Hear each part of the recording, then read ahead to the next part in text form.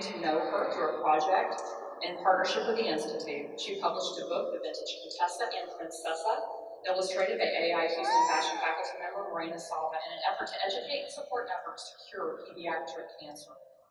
Though she is recognized in the press as being one of the most stylish women in Houston, she is also a mission-driven woman who is determined to serve her community through various avenues, including supporting the Design Center Risotto Festival, where she served as event chair, serving the Scarlet Fund for Childhood Cancer, Children at Risk, Heroes for Children, Cystic Fibrosis, the American Society for Interior Designers, and the Houston Livestock Show and Rodeo. Her charities extend outside the state as she serves on the Vail Valley Foundation focused on youth education. Please join me in welcoming community member, campus partner, and friend to AI Houston, Ms. Danae Contessa.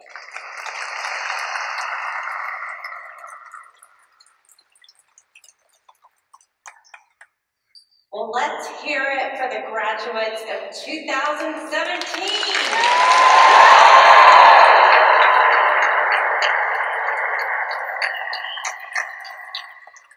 You guys did it. You got up early, you pulled all-nighters, you sacrificed to get ahead, you set a goal to graduate, and you did it. Now what? What are you going to do with this abundance of knowledge, hopes, and dreams? And why would the Art Institute pick me, the vintage COntessa, to come here today and tell you how to start your path to find that perfect combination of happiness and success?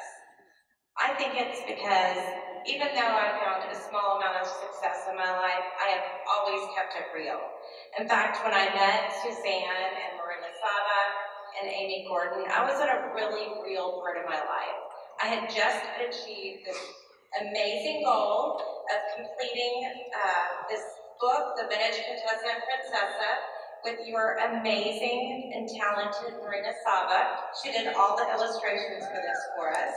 So let's give a shout out to her.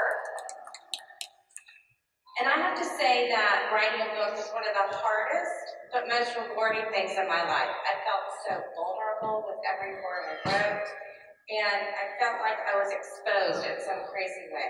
But I reminded myself of this quote: no matter how you feel, get up, dress up, show up, and never give up. Our storyline included a mother and daughter planning a charity event. I wanted to write something that would inspire kids to give back to the community. So my daughter Bella and I chose our friend and my godchild, Scarlett, to be in the book. When we were writing it, at the age of 6, Scarlett was diagnosed with T-cell lymphoma. So we changed the direction of the book and wrote it specifically to raise money for pediatric cancer. I have great news for you. We have a happy ending in our book, and Scarlett has a happy ending.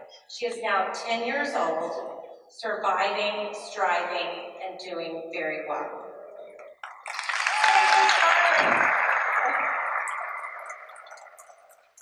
However, I have to add, the book never turned out to be very profitable. But we did raise a lot of money for great charities around the country. And as Suzanne said, we were able to raise $100,000 to donate to the Scarlet Fund. And that was the way I came in contact with a lot of you. You gave a lot of time to help us at that event, so thank you. Which leads me on to tell you a quote that Paulo Coelho, who wrote The Alchemist and other books, he's actually sold over 200 million books. He said, people are capable at any time in their lives of doing what they dream of, which leads me to sharing with you my first thought on your journey to success. Dream. And I mean dream big. You should dream so big that your dream scares you. I'm one of the lucky ones who actually achieved one of my dreams. But as my husband says, the luckiest people he knows are also the people that work the hardest.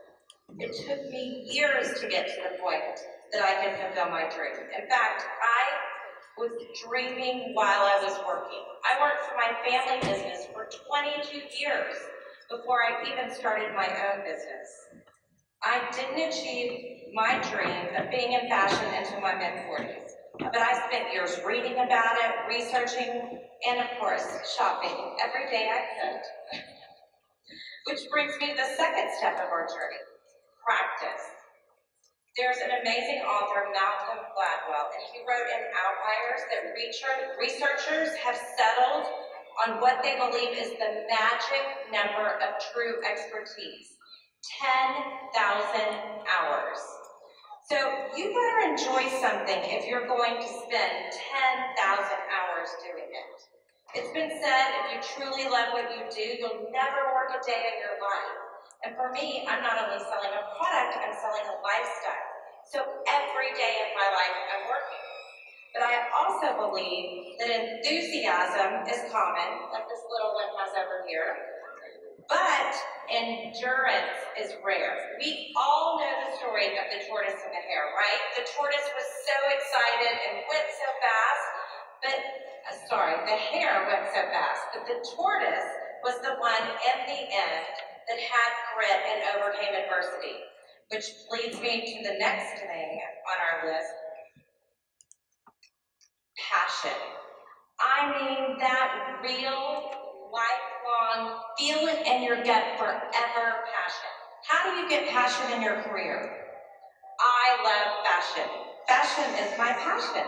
Very cheeky, I know, but still, I want to share with you what Steve Jobs said. He said, you have to have a burning idea or a problem, or a wrong that you want to make right. If you're not passionate enough from the start, you will never stick it out. And it's so true. In the beginning of my business, I failed more than I succeeded. But I didn't stop because I loved it every day of the journey. And then my favorite book this year is Grit by Angela Duckworth. I highly recommend you reading it. She said, I won't just have a job, I'll have a calling. I'll challenge myself every day. When I get knocked down, I'll get back up. I might not be the smartest person in the room, but I'll be the grittiest. And I can promise you today, I am not the smartest person in this room. But I can tell you, I might be one of the most passionate, and I might work almost the hardest. And the other thing I have to add is I highly recommend that you find faith. Faith in something bigger than you. I'm not going to tell you what faith to choose or what religion, that's not what this is about. But I'm telling you to find something lasting that will ground you. It doesn't mean you're not going to have a struggle. It just will give you a bigger picture when you go through the struggle. It will help you find light in the midst of the darkness. In fact, a spiritual leader almost everyone's heard of, Buddha said, health is the greatest gift, contentment is the greatest wealth, and faithfulness is the best relationship.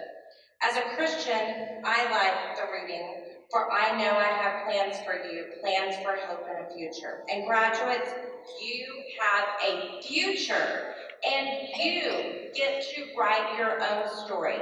No one else. You write your own story. And that's another thing that we're coming to, purpose. If you find a purpose, yes, I know, selling handbags and luxury items is not a purpose in life. But what I do with my spare time for charity can change one person at a time. One of my favorite fashion icons, Audrey Hepburn, also actually happens to be one of the most generous goodwill ambassadors that ever lived. And she was real, even though she was in Hollywood.